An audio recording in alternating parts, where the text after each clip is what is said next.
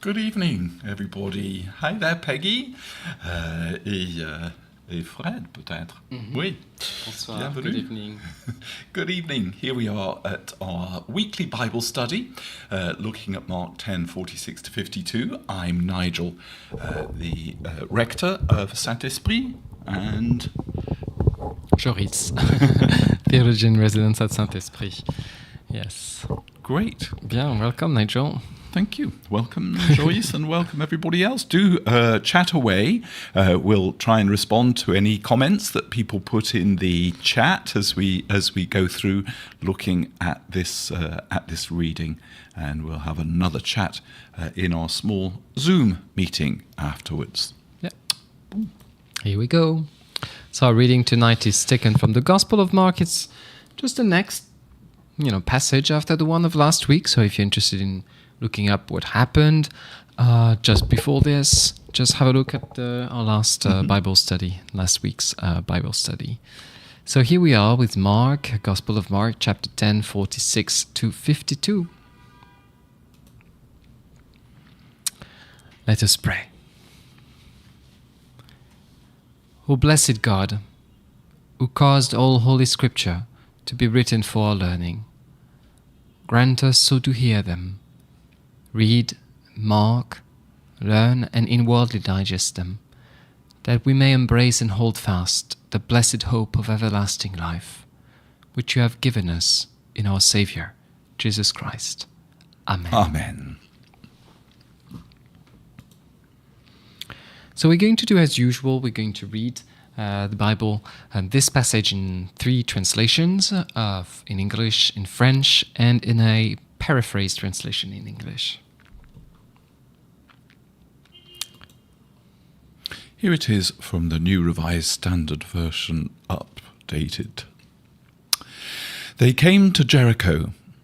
As he and his disciples and a large crowd were leaving Jericho, Bartimaeus, son of Timaeus, a blind beggar, was sitting by the roadside. When he heard that it was Jesus of Nazareth, he began to shout out and say, "Jesus, Son of David, have mercy on me." Many sternly ordered him to be quiet, but he cried out even more loudly, "Son of David, have mercy on me." Jesus stood still and said, "Call him here." And they called the blind man, saying to him, "Take heart, get up, he's calling you."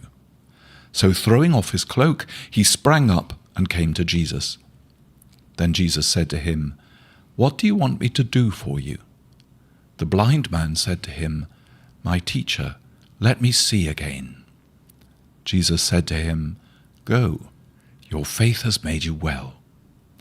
Immediately he regained his sight and followed him on the way.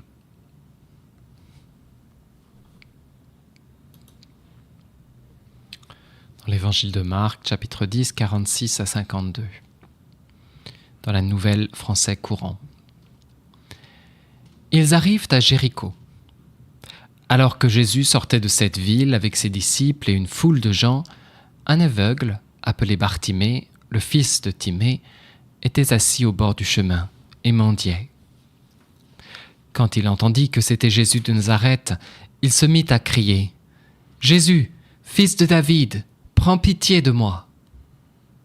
Beaucoup lui faisaient des reproches pour le faire taire, mais il criait de plus belle « Fils de David, prends pitié de moi !» Jésus s'arrêta et dit « Appelez-le ». Ils appellent donc l'aveugle et lui disent « Courage, lève-toi, il t'appelle !»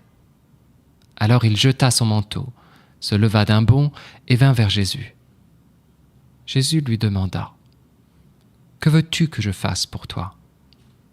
L'aveugle lui répondit « Rabouni », ce qui signifie « Maître », fais que je voie de nouveau.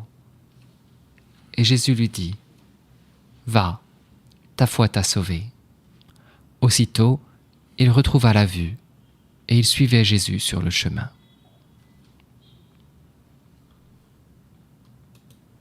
And here is a final translation, well, it's more of a paraphrase really, a modern translation called The Message. They spent some time in Jericho. As Jesus was leaving town, trailed by his disciples and a parade of people, a blind beggar by the name of Bartimaeus, son of Timaeus, was sitting alongside the road. When he heard that Jesus the Nazarene was passing by, he began to cry out, "Son of David, Jesus, have mercy on me." Many tried to hush him up, but he yelled all the louder, "Son of David, have mercy on me." Jesus stopped in his tracks. "Call him over." They called him.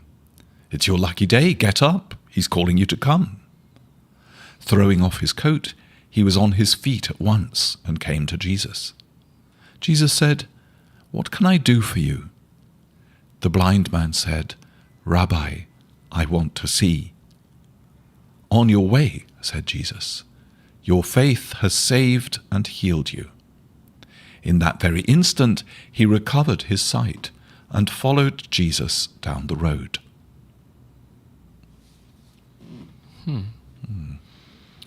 So don't hesitate to share with us in the chat what stood out for you in these texts. Maybe there's something that popped out, something that you saw in a new light, if you've heard this text before, or something that you've noticed. Does anything stand out for you, Nigel? It's funny, they've tidied it up in the message at the very beginning there. In the other two translations we had, we've got them arriving in Jericho and immediately leaving Jericho. So we don't really have anything that just says they went to Jericho and then they left Jericho as they were leaving. This happened. Yeah. It just seems a bit sudden. Yeah, it's true. Yeah, it's interesting. We'll see it's interesting because of what Jericho means and what has happened before in Jericho in the Hebrew Bible as well.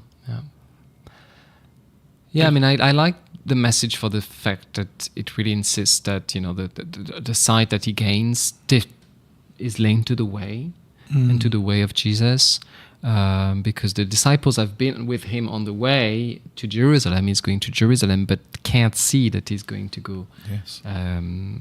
He's going to Jerusalem. That means that he's going to die there. And here he sees and immediately also sees the way and follows Jesus on the way, whereas the disciples are kind of always kind of barring him the way, and they're blind. And so here it's nice. The immediacy of the English in the message kind of gets it away very nicely, I think. Yes, that's right. Fred says it makes you wonder if those who followed him and tried to hush him were actually blind. Yeah, well, see, the text really, shows that, I think. Yeah. It's funny because at the end there, Jesus says, "On your way," as if he's dismissing him, but then Bartimaeus follows him. It's quite nice that you pointed out it says, "On your way." Va. Yeah. Go. Yeah. But instead of going, yes, he follows. Yeah. Just go. Yeah. Your faith has made you well. Yeah. I quite like the way the message said, as you pointed out there, "On your way." Yeah. It's what some commentaries have said, actually. Like, he says go, and the only way he can go after he's actually seen is to follow Jesus. In this passage, that's quite interesting, right? Well, let's dive into our text. That's what... Those were our first thoughts, I think. Yeah. We also have some questions from the Episcopal Church study group. I didn't find the questions this time particularly inspiring. What healing miracle would you call out to Jesus for if he walked by where you sat today? Maybe the first thing that comes to mind is actually what's the most pressing, right? Yeah. One that you don't censor. Yes. Yeah. It does cross one's mind, doesn't it? What first inspired you to follow Jesus? What has continued to inspire you to follow Jesus? Yeah. Was it an inspiration, or did we just sort of fall into it? Yeah. That's a difficult question to answer somehow, because some people have conversion stories and some people don't really. Yeah, and what's interesting for the Gospel of Mark is that those who actually are the closest disciple and follow him not always the most inspired. No, exactly. So, Call it inspiration sometimes. yes. And then Jesus constantly reminds us that God desires our requests be made known to him. How do you ensure your requests are made in humility? Yeah. I wonder if Jesus only replies to us if we're completely humble. Yeah. Yeah. I mean, that's what is interesting, I find, in a lot of the different interactions of people with Jesus and people asking him, is that you realize that basically because of the asking and the wrestling with that they have with that, then there's something that comes through. But it's not because you're first humble, then you are granted something. It kind of essentializes humility here, I find. Yes, yeah. And if the prayer wasn't answered or something, you would feel guilty that perhaps it's not answered because you haven't been humble enough. Exactly. So it makes humility a work rather than exactly. It's a bit the spontaneous thing. Peggy raised something interesting there. I've not heard the story parable before. Sorry, it seems incredible that Bartimaeus can see. It is because of his own belief or because of Jesus' words? And does he follow out of gratitude or faith? Yeah, those are good questions. Yeah. And it's interesting because that it sort of comes up a little bit later on, how the story is sort of in the study, how the story has been crafted by Mark and put into the gospel at rather a crucial point that makes it more about following almost than healing. It's very interesting. And it's because of his belief and Jesus's words sort of meld together to make a miracle. Yes, I think it's exactly. interesting that. Yeah. That's why it's not so much of having a stance from the beginning with humility. No. It's really an encounter that's transformative for Bartimaeus. I think it's both. Very interesting. Yeah. Just a little context of this. Mark's gospel sort of falls into three bits. There's a sort of initial opening part of the gospel, then this sort of travelling section, chapters 8 to 10, and then at the end, we'll see immediately after this section, Jesus walks to Jerusalem. He gets to Jerusalem in the very next line in Mark chapter 11. So this middle section here, chapters 8 to 10, is bracketed by Jesus healing two blind people.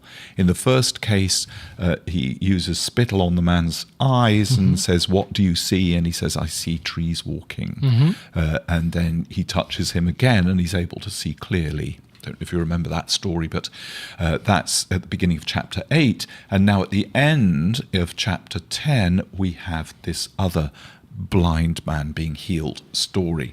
And in this intervening section between the two blind healing miracles, Jesus is trying to teach his disciples, and they repeatedly fail to understand. They show themselves to be sort of blind, imperceptive. They ask silly questions like, what does rising from the dead mean? They don't say, well, why do you have to go to Jerusalem to die? Why did the teachers of the law say that Elijah must come first? These are all very peripheral questions when Jesus is trying to tell them that he's on his way to Jerusalem to be crucified. They're asking Pharisees questions there. Yes, Pharisees questions. Yes, that's a good way of talking about it. Yeah, they even make a couple of stupid remarks. Let's build booths on the mountain during just after the Transfiguration. We've seen last week they're grasping for personal power. They've mistaken the nature of Jesus' mission when they say, we saw a man expelling demons in your name and we stopped him from doing it because he's not one of us. Exactly. As if to exercise. Pharisee again mindset, Yeah. So it's very interesting how Mark has piled all of these bits together, and at the end of chapter 10, you're thinking that the disciples are pretty dense, a bit more like me, maybe, than these wonderful, great heroes of faith that we sometimes think about. Exactly, yeah. So then immediately after this section, Jesus is gets to Jerusalem. It's only about 13 miles from Jericho to Jerusalem, but it's a long way uphill. Jericho is quite far below sea level, and Jerusalem is up in the hills, and you can see there on the little map on the left. It looks far, but it's not actually far at all. It's about 30 kilometers, maybe. That's the way of the Good Samaritan, no? On the way from Jericho to Jerusalem. Yeah. Yes, that's true. Yeah. Great. Yeah, and the map is really interesting to see. Yeah. So yes, Nigel, you gave us kind of the context. As you said, it's the second blind man being healed. The first kind of the first part of the bracket, the first bracket is in Bethsaida, which is man who sees walking trees. And this whole section has been the climax of discipleship training before we're going up to Jerusalem. And the whole section started in 8:22-26. The location is quite interesting where it's happening. We said, because Jericho, as I just showed, is, this very central city here in Judea, and its often places are very meaningful in the Bible because they have an history of themselves within Hebrew scripture and within local tradition. It's not only scriptural for them. It's where people have lived, and they associate places with certain memories. And Jericho is very important in the beginning of the book of Joshua. So if you remember in the book of Joshua, it's when the Israelites have been led. So the Israelites have been led by Moses in the desert. They arrived to the promised land, and Moses has died, and Joshua is given the leadership of Israel to conquer the promised land. And there are already inhabitants there, the Canaanites, and they have a lot of different kings and kingdoms there, and so Joshua sent spies into the land that was promised, and some of the spies, one of the big cities that they arrived to, one of the first cities is Jericho. So it's the very beginning of the book of Joshua. Now it's very important because Joshua and Jesus is exactly the same name. So the book of Joshua has to be read, and was read, typologically. That is, you can read Joshua thinking of Jesus and trying to, for yourself, make connections and comparisons with what is happening. So when Jesus is in Joshua, is in Jericho, read it in comparisons with the book of Joshua. And that's all the more interesting because, as you said, the city itself of Jericho is barely mentioned. You have the surrounding of the city of Jericho, which plays an important, is kind of the focus, the locus of a miracle that's happening there. And if you remember the story in Joshua 6, there are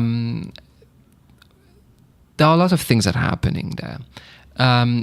The story goes that Joshua sends some spies who get to stay in Jericho at Rahab's house that's in the wall of the city. So you see, even in the book of Joshua, it's kind of a peripheral to the city, which is quite interesting.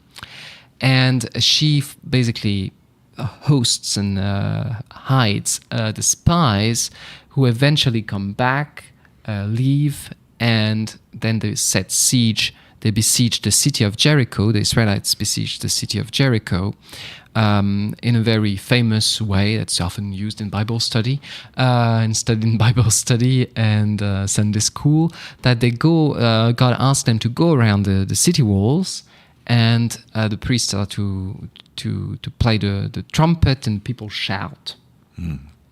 So there's this whole procession, if you want, 7 times around the walls of the city.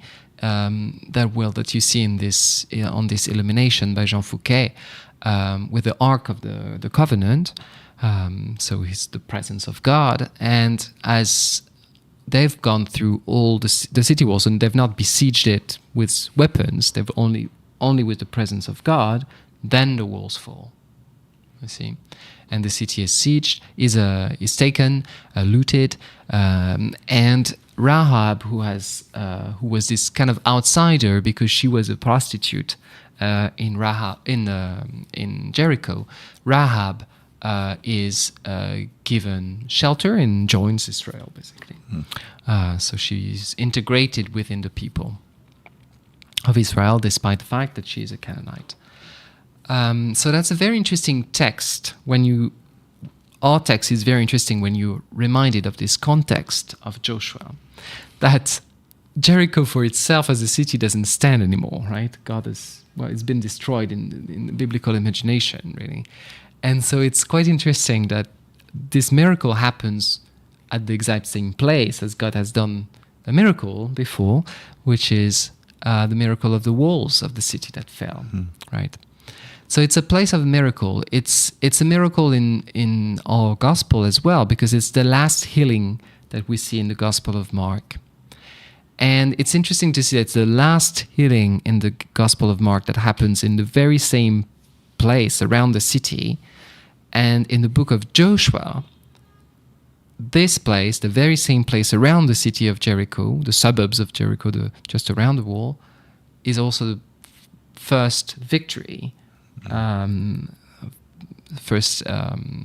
taking of a city in the Holy Land. So it's the beginning of the conquest of the Holy Land. And we know that's also going to be a beginning for Jesus, because he's going to go up after that, right? There's another interesting connection there I found, that Herod actually had a palace just outside Jericho. I think it was a winter palace. So it was a royal residence. And people have said it's very significant that Bartimaeus calls Jesus son of David. It's one of the only ones in the gospel that calls him son of David. And it was almost a political cry in a political place of Herod's power. Because Herod was not a Davidic king. Oh, that's very interesting as well. Yeah. Because once, and we'll see, this shouting of Bartimaeus echoes the shouting of the people of going around the wall. So it's a shout that takes down the walls of the enemy. So when he actually shouts "Son of David," there's a political dimension to it as well. That shows that really the true kingship, and that's really also a moment for Jesus where he's moving kind of from being this healer that people follow to walking into his kingship, his messiahship, and that's going to lead him to Jerusalem, the royal city. Yeah. So who is there on the stage, this location that's very meaningful, as we've seen? There is Bartimaeus, who is mentioned for the first time and the only time. He's called Bartimaeus, son of Timaeus, because Bar means son of. Timaeus, we'll see different meanings. Jesus, as we see, echo to Joshua, and the disciples who are with him, who have been traveling with him, and the crowd. Okay, these are the people on stage. So it's interesting, as Nigel mentioned, because the Gospel of Mark is fascinated by the question of sight, not only physical sight, but how physical sight reflects spiritual sight, capacity to see beyond what is obvious, but it of course has social implication, that is being able to see in the lowly, people who are not outside of should not be outside of your sight. So here you have a blind man on the roadside, so very peripheral. He's begging. And these are all kind of key narrative markers in Mark, because they're they can be taken both literally and figurative, right? He's blind. He doesn't see, but his sight is not purely physical. We'll see in this context, in this text, it has a lot to say about what is spiritual blindness. The roadside also shows that he's been, he's rejected on the edge of the city. He's not in the center of it. I was preparing this Bible study with Erin, our Swiss army chaplain, who is staying with us these days, and she said she really mentioned that how the fact that he's on the roadside is peripheral. Is definitely he also reminds us of Job, which is the other reading that we have for this Sunday, which is kind of a Job. You wonder, like, was he born blind, or has he become sick and kind of ostracized because of his illness as well, right? And he's begging. So all of this is kind of the context in which we see this man, which is a very not a purely historical context. That's what I want to insist on. It has a deep spiritual meaning here, and political meaning as well. So Jesus is walking on the road to Jerusalem. As Nigel says, it's the path of his faithfulness, his path that he's following up to actually confront the powers of this world. And it's all the more interesting, as he said, that there's this palace of Herod there, and the blind man Bartimaeus is going to call him son of David. The disciples have been following on the road, but as we've seen, and we've seen it actually a couple of times in our latest Bible studies, they don't understand everything, and they don't get it, and when they don't understand the spiritual sense of this walk, that it's a walk into a form of messiahship that's not what they expect. They're kind of thinking like Pharisees. They expect kind of a form of controlling religious leadership that might have some form of political implications as well.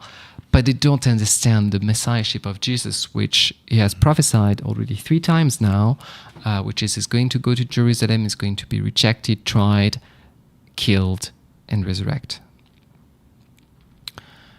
And what we see as we see that this text is kind of wrestling with the concept and reality of sight, both physical and spiritual, is that we see that the disciples are actually blind, and they need to beg sight, for their own vision of power and glory is obscured.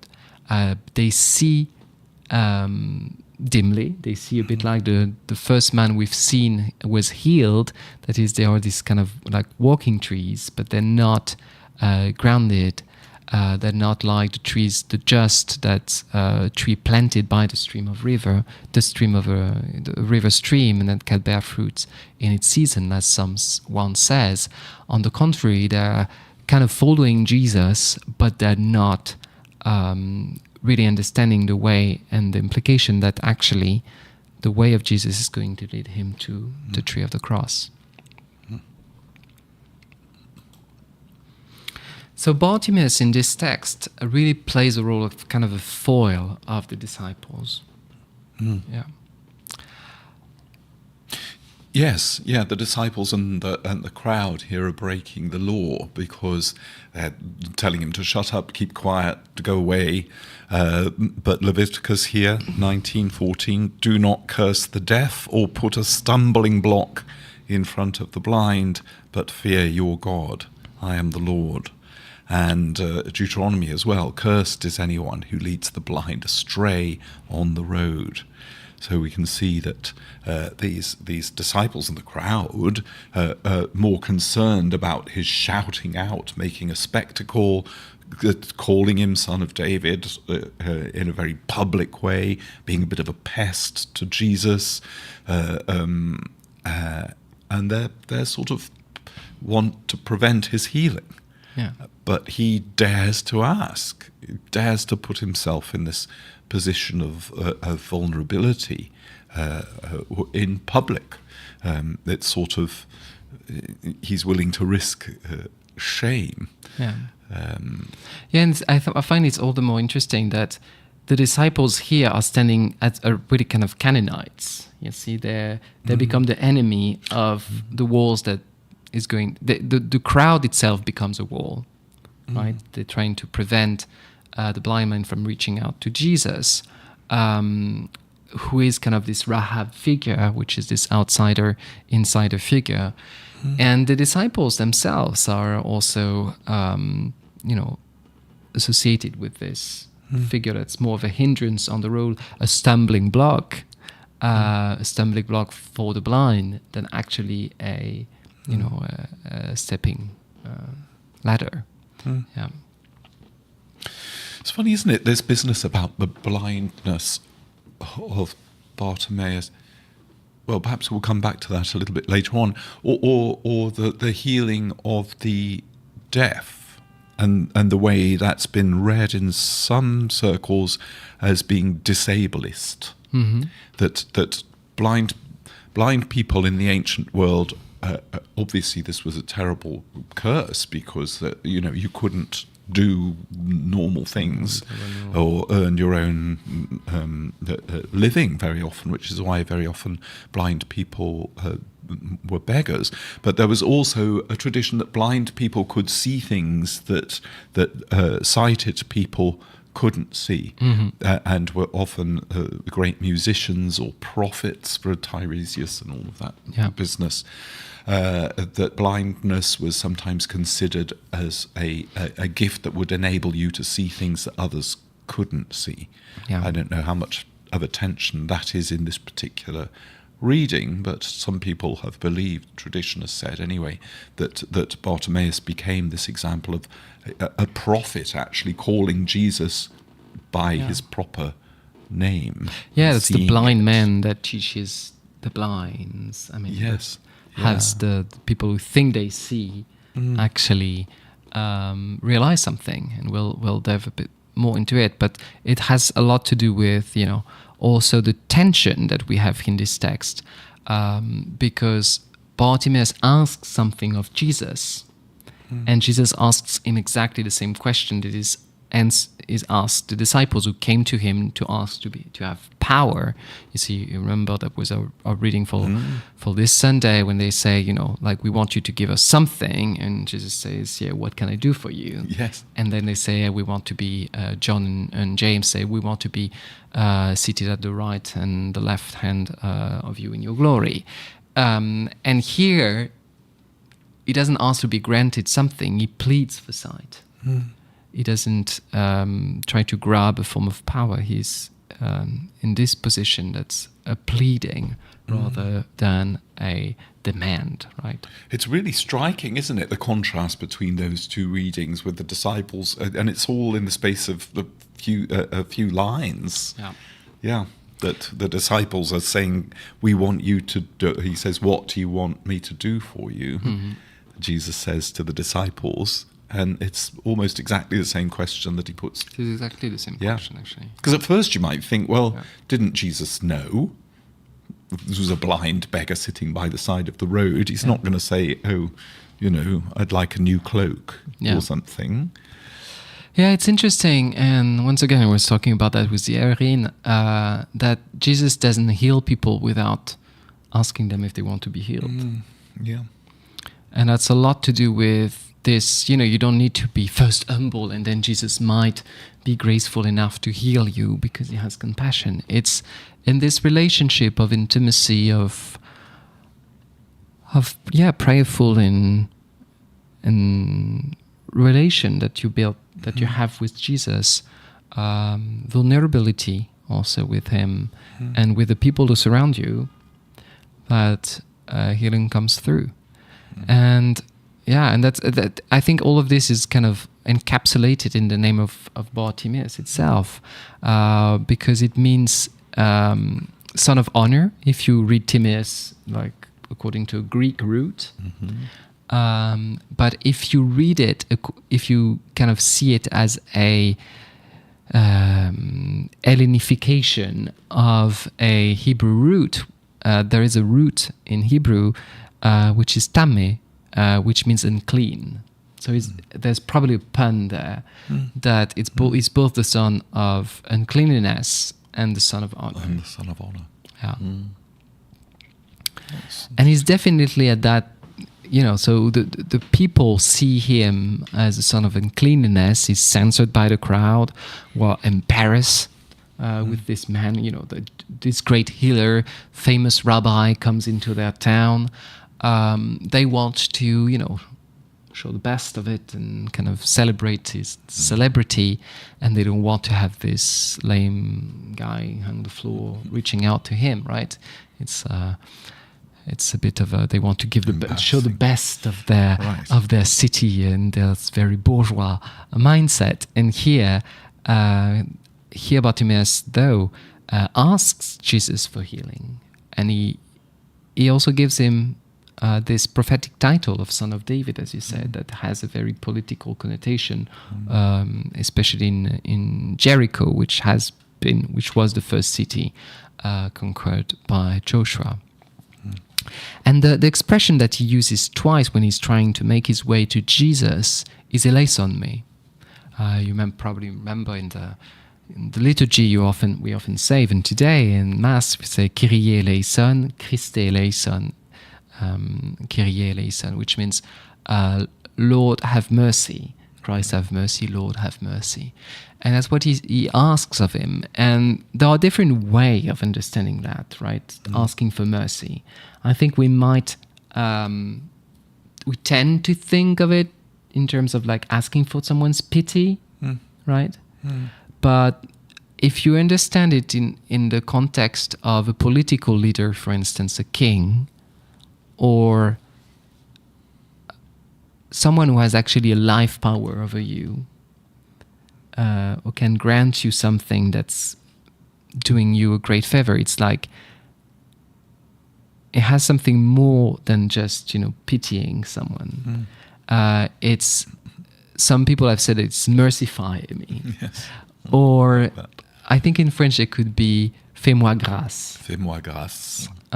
Something like this. Yes. Rather than just aie pitié de moi. You see, because la pitié can be a very sentimental relation to someone who is suffering, whereas here is actually asking him to work out something. You see, not just have feelings for him feeling sad, sorry for him that he's blind.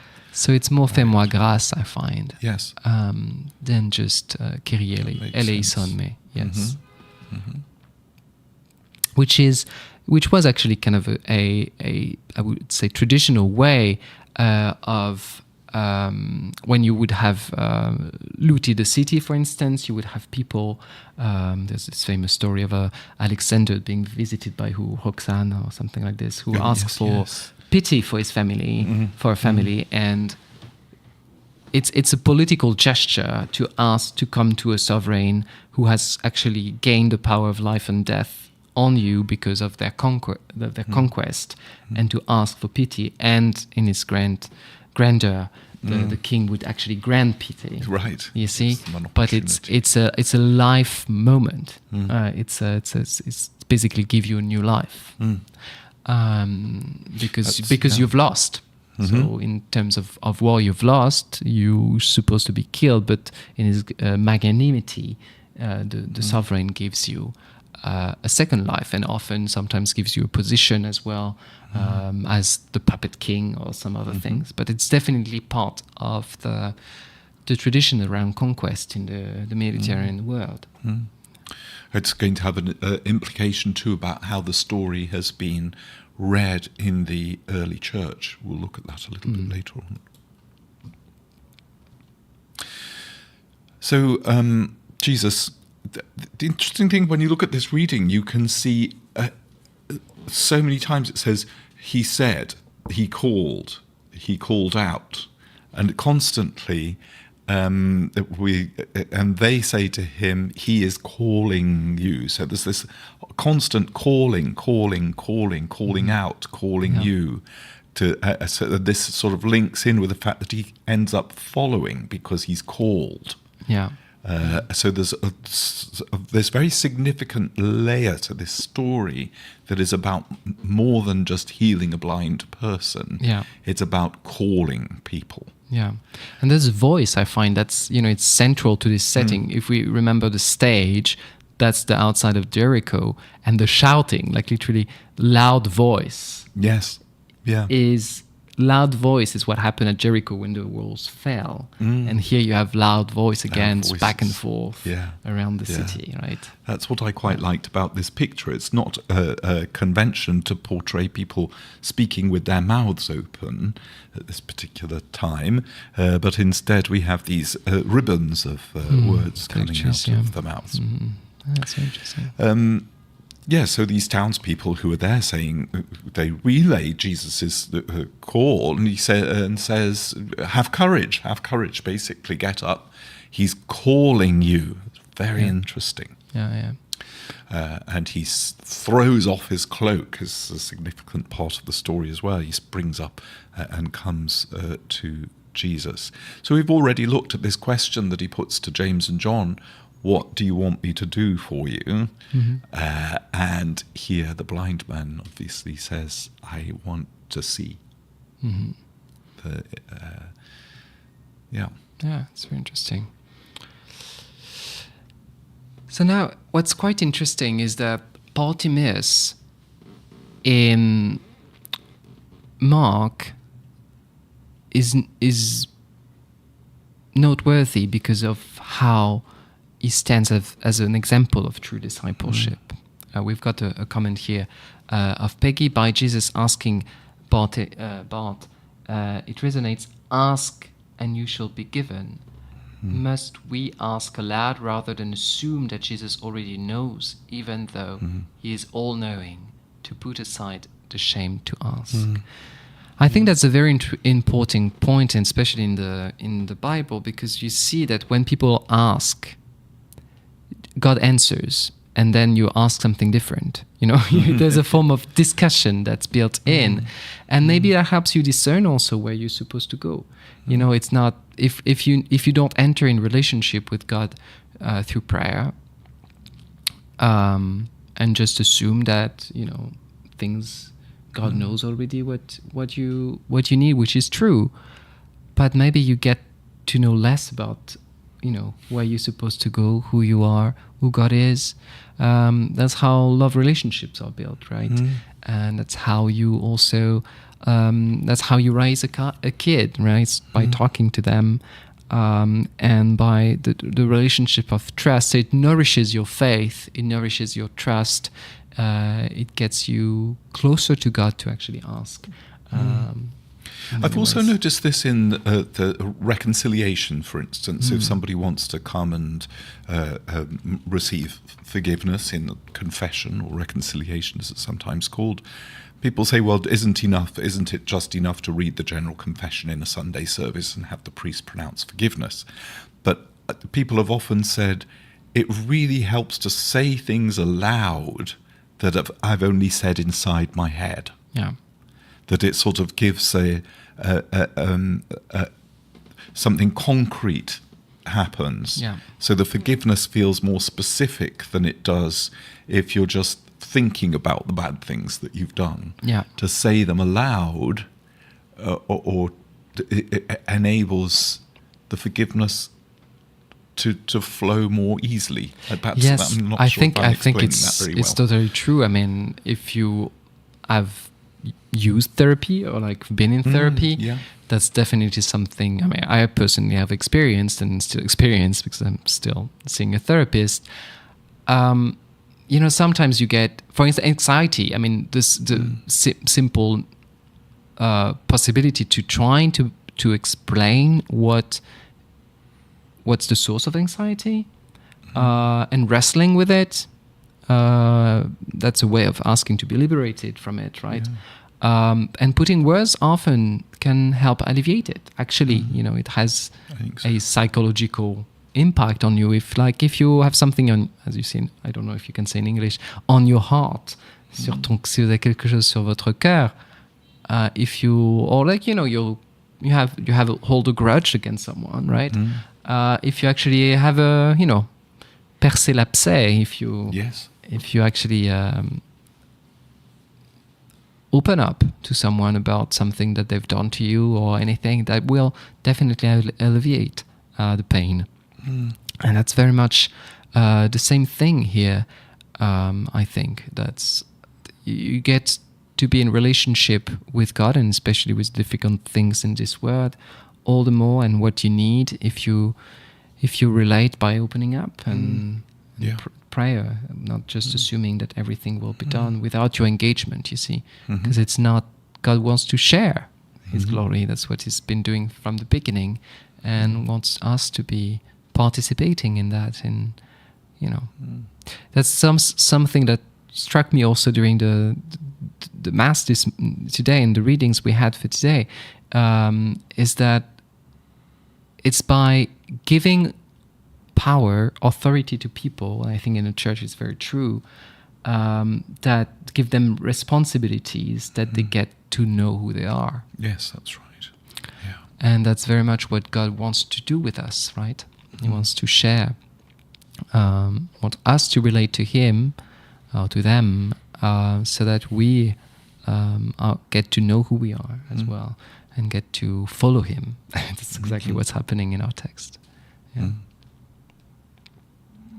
Yeah, it's interesting, isn't it? That he realized that it was Jesus of Nazareth. He must have heard about Jesus of Nazareth, and there he was wandering off on the way to Jerusalem, this prophetic cry, Son of David. Perhaps Bartimaeus realized what was going to happen to Jesus, and if he didn't call him now to come and heal him, he would never get another chance. So this sort of shame and this scorn that was poured on him matter less than his possibility of being with Jesus and being healed at that moment. Seize the opportunity while it's there, even if it's embarrassing.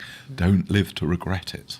Yes, exactly. There is a form of immediacy, I would say, of like boldness of Bartimaeus that reminds us of the beginning of the disciples also, you know, when they left their nets and everything, and maybe they got a little bit encroûté as they went their way and, you know, followed Jesus, felt entitled, whereas here you've given, just before Jesus goes up to Jerusalem at the end of some of his ministry, very important part of his ministry of discipleship training, another example of someone who just jumps, leaps, and follows Jesus and leaves his cloak. And that's particularly interesting because here Bartimaeus really stands as an example for the disciples, I find. Not also on the fact that how he answers, right?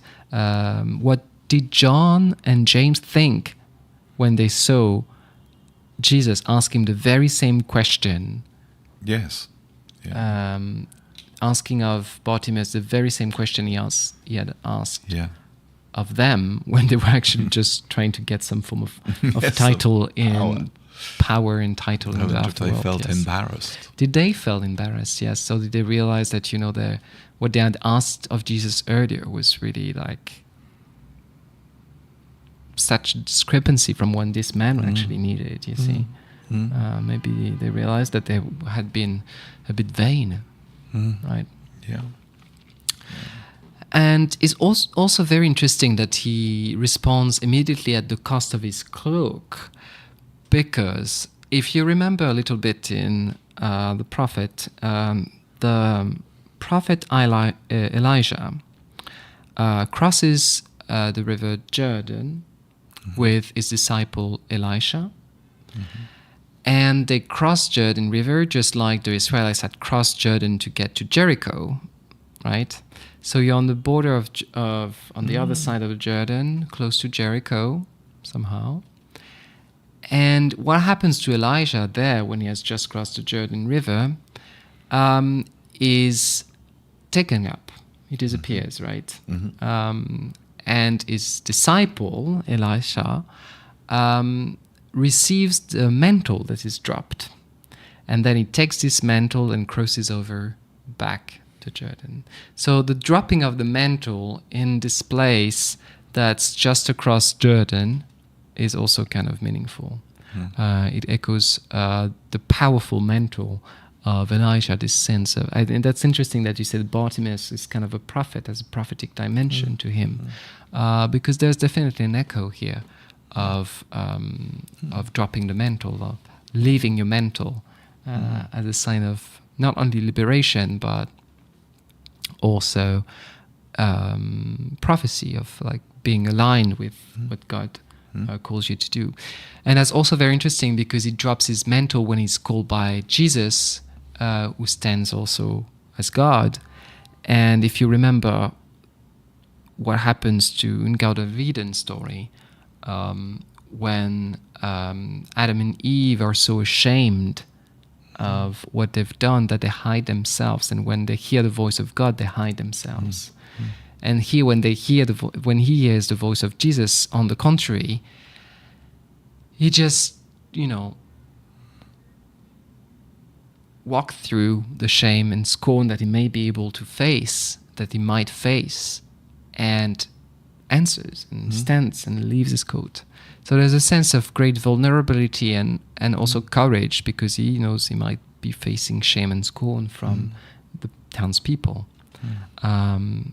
But here he goes and meets with Jesus and realizes that his encounter with Jesus, his possibility of confession, reconciliation, and healing that you will gain from Jesus is more important than all the shame and scorn that he might face from the world.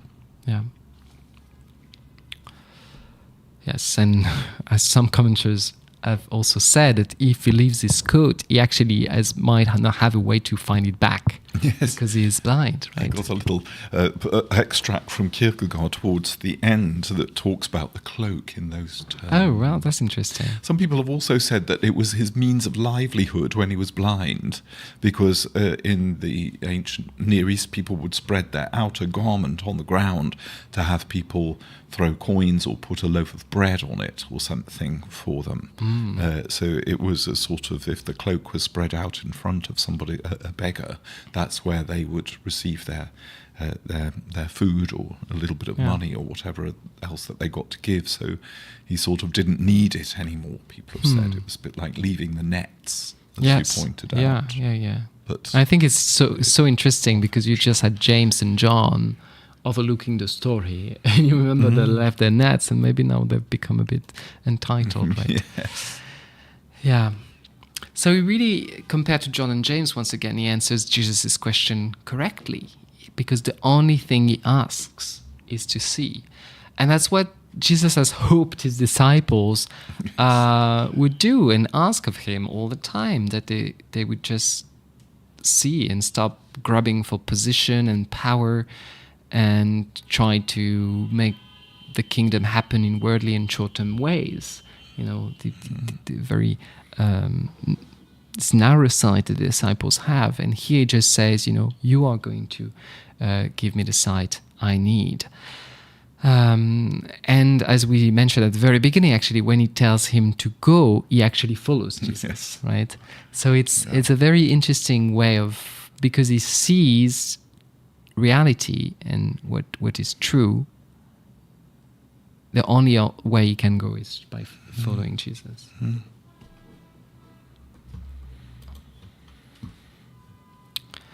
So it's all the more a pattern of discipleship in many ways, and that's interesting for us as we are disciples of Christ as well.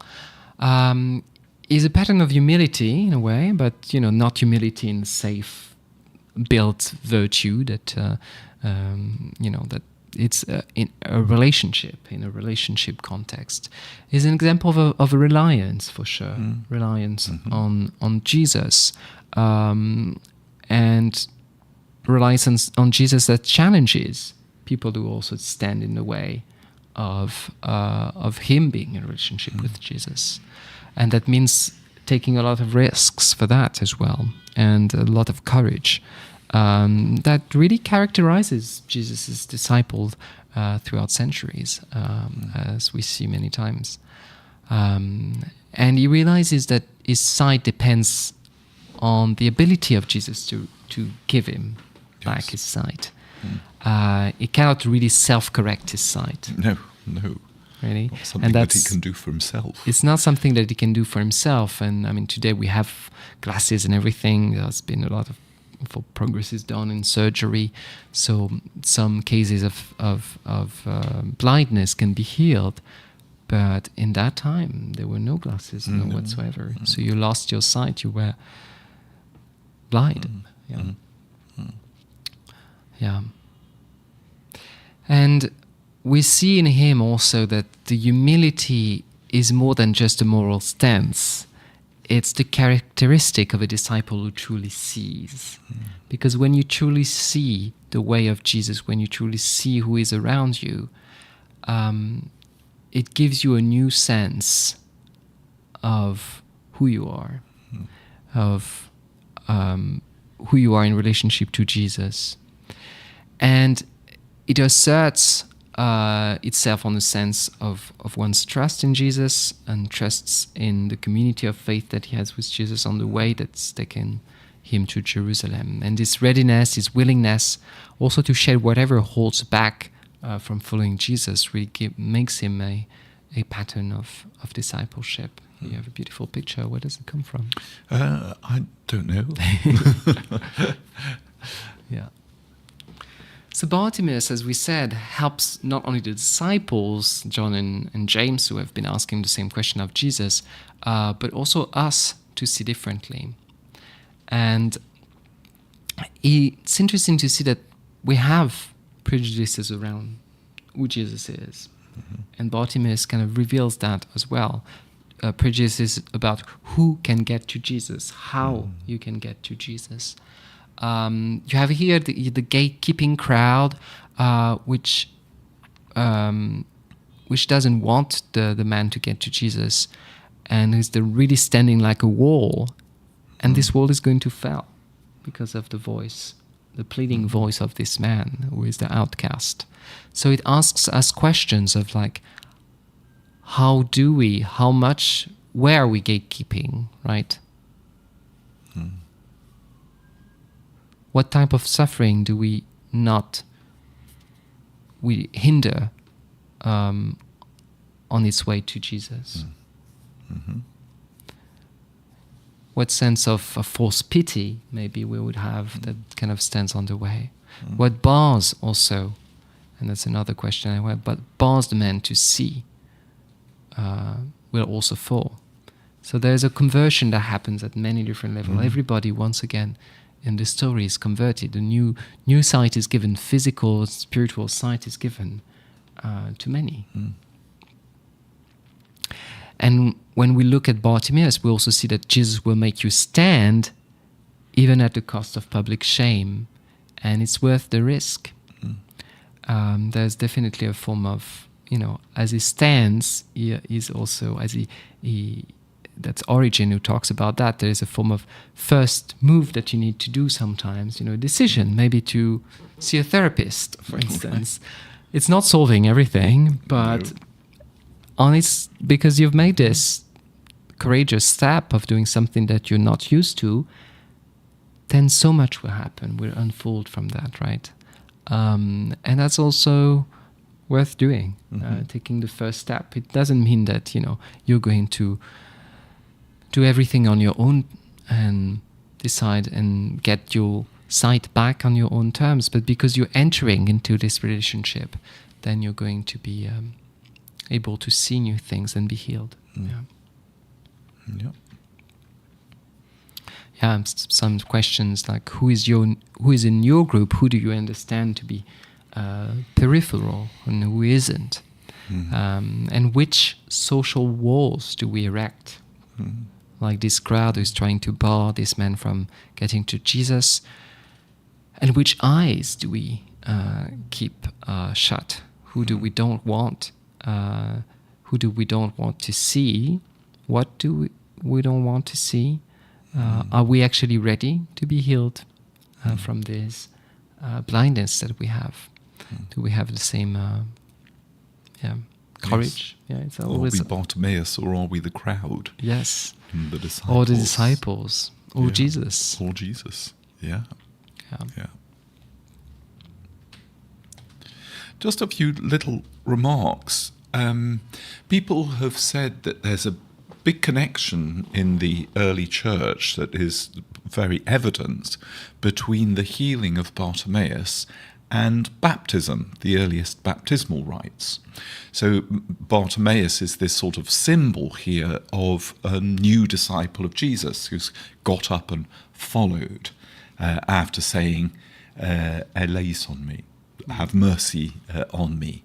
It's a conversion story, but it's also a baptism story, because in Justin Martyr and in a lot of early Christian writers, when they talk about this, they talk about baptism as an illumination, a shedding of light, of being able to see what you couldn't see before.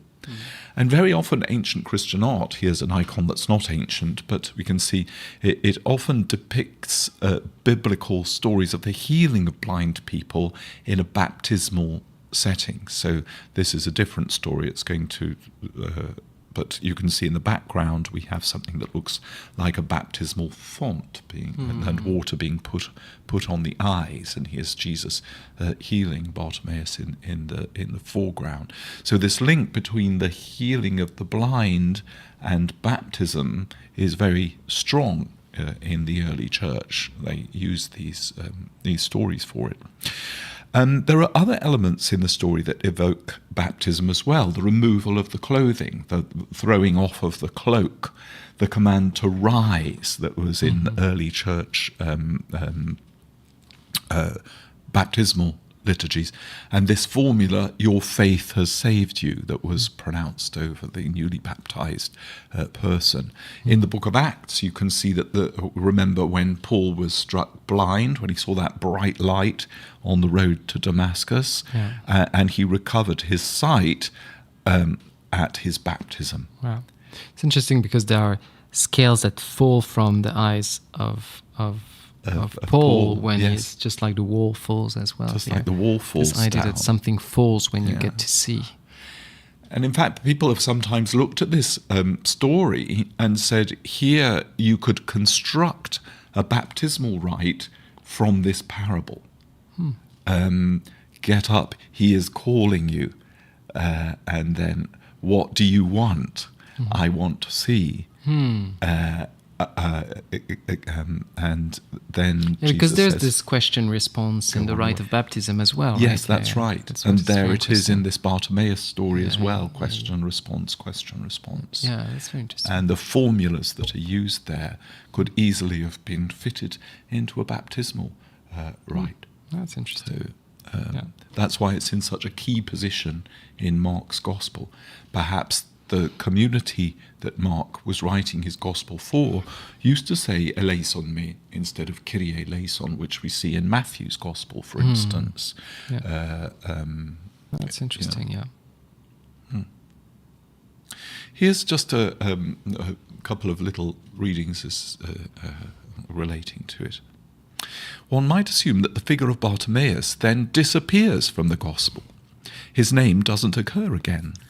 But given the crucial location of this figure in the structure of the gospel, the open-ended report of his following on the way, and the narrative interest in both his clothing and his sight, it's not impossible to suggest that the evangelist Mark sees this same figure recurring, first as the young man who is following Jesus and who runs off naked in the Garden of Gethsemane, then as the young man in the empty tomb, now dressed in a white robe, announcing where Jesus is to be seen. That's interesting. I find that quite powerful. Yeah, you will see him in Galilee. Yeah. People have associated this man with Bartimaeus. Yeah, that's interesting. This is in the other ending of Mark. Yeah. The long ending of Mark. These later two figures have been linked in recent exegesis of Mark, and the single young man has been seen as a type of the newly baptized, of those who are immersed in the death of Jesus in order to be clothed in his life and made witnesses of the resurrection. So you can see a painting there on the right-hand side of the man in white telling the women at the tomb at the end of Mark's Gospel, he's gone before you and you will see him. Yeah, that's very interesting, because as I was preparing it and talking again with Erin about it, she told me that, none of the disciples had a miracle worked on them. No, that's true, isn't it? But this man has, and the Gerasene man at the beginning has, and he becomes also the first apostle to the Gentiles, right? And Mary Magdalene is amongst the closest disciples, one that's healed also and get to, is delivered because of a miracle. She's of 7 demons, right? So there's some, the ones who are these disciples don't actually have a miracle wrought on them, but some people who are kind of on the margin, outsiders of the group of disciples, actually Yes. have. It's interesting, isn't yeah. it? Yeah. There's also this business about whether or not this Timaeus part of it is an allusion to Plato's dialogue, yes. but I'm not convinced by that. No, you're not. Throwing off the cloak of philosophy, or begging, he has come to the teacher and entered into the way of the catechumen. So it's a sort of baptismal thing. Yeah. That way involves more than ideas and reason. It leads to naked need and immersion in Jesus' death. After all, he follows him to Jerusalem. Yeah.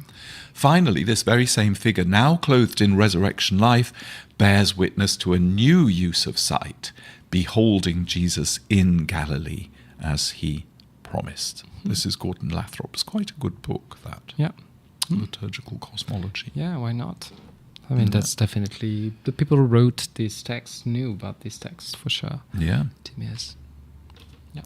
So if there are any questions, ask away, or we can discuss them a little bit more in the Zoom meeting afterwards. Mm-hmm. But I think that's it. Yeah. I don't think there was any other slides that I'd got. No. So see you in the Zoom, or see you next week if you're not coming in Zoom, but see you next week. And thank you very much for this moment. Thank you, Nigel. Thank we'll you, always Joris. dive into these readings. And if you want to see what Erin has to say on this text, she's going to preach on Sunday at 11:15 at Saint-Esprit on this very same channel. And thanks, Kazal. That was a very nice compliment. We do our best. We have some good sources to scour as well, and books to squeeze, as Joris says. And thank you. Thank you. Have a good evening, y'all. Bonne soirée à tous. Bonne soirée. God bless you. Dieu vous garde. Que Dieu nous bénisse. Merci.